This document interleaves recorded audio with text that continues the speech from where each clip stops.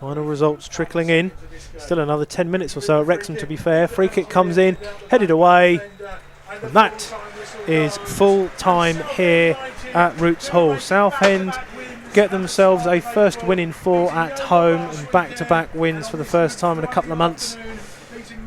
And it's all over here for both sides, frankly, for Maidstone's season.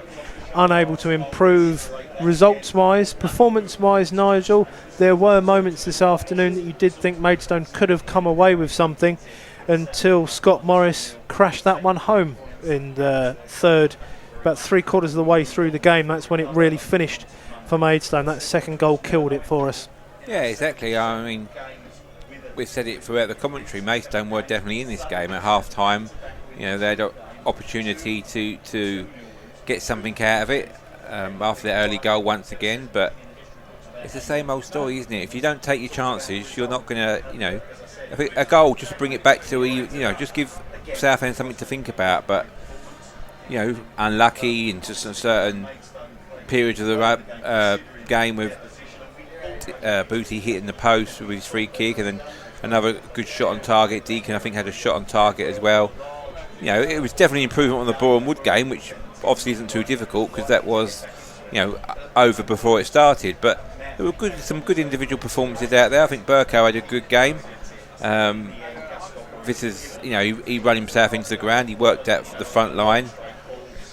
Booty had one of his best games of the season, I think. In the first half, along with Odesanya and Deacon in that midfield, they controlled that midfield, and Southend really couldn't get a foothold in the game after their initial spell. But yeah, we didn't take our chances. We didn't equalise at that point, and Southend managed to come away and got the second goal and just killed the game with 10 minutes to go. Copy and paste, really, from games of previous, since George take over, sort of Boreham Wood aside. But that search for that elusive victory goes on. It does, and the Maidstone players have finished their thanking of the 244 Maidstone fans who have travelled with us this afternoon to support the Stones. The away travel, always exemplary, always there in numbers. 100-mile round trip from ground to ground, the 4th closest trip that Maidstone have this season. George Ellacobi now just clapping those fans as well, and the promise, Nigel, of a better season next season is the hope, the thing that we, you know, put ourselves through this for, and hope that there will always be a better tomorrow, frankly. And on the basis of what we've seen these last few games, and certainly most of under what George has done so far this season, there is optimism and hope for that next season, I'm sure. Yeah, exactly. I mean, you only have to look at it there. You know, we ended the game with 4 players playing in defence that have all played further up the pitch in midfield this season. You know, it just shows you where we are at the moment with injuries and suspensions, that we couldn't put any sort of, apart from Bone, but then he is kind of like a versatile player and plays in midfield as well, but we couldn't put any of our first choice defenders out, could we? So, no, you know, square pegs, round holes, and they're doing the best that they can at the moment with what limited time and resources there are between now and the end of this season. As the Southend players and staff get clapped off the pitch for a comfortable performance, in a sense, this afternoon for them. Maidstone did make it hard at times. You know, the Booty free kick. He had another shot that was saved. Deacon, you mentioned the one, absolute blindside, and just at the keeper, managing to tip it over the bar.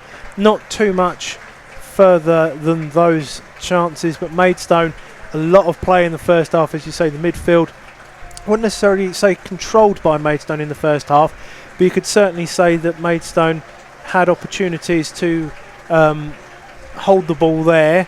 The midfield didn't always come into it from a Maidstone, but from a Southend perspective rather, because they were very able to play the ball over the top and get quite direct into that back line, which for the most part Maidstone were able to deal quite effectively with, other than unfortunately the 2 goals that were fairly similar to each other.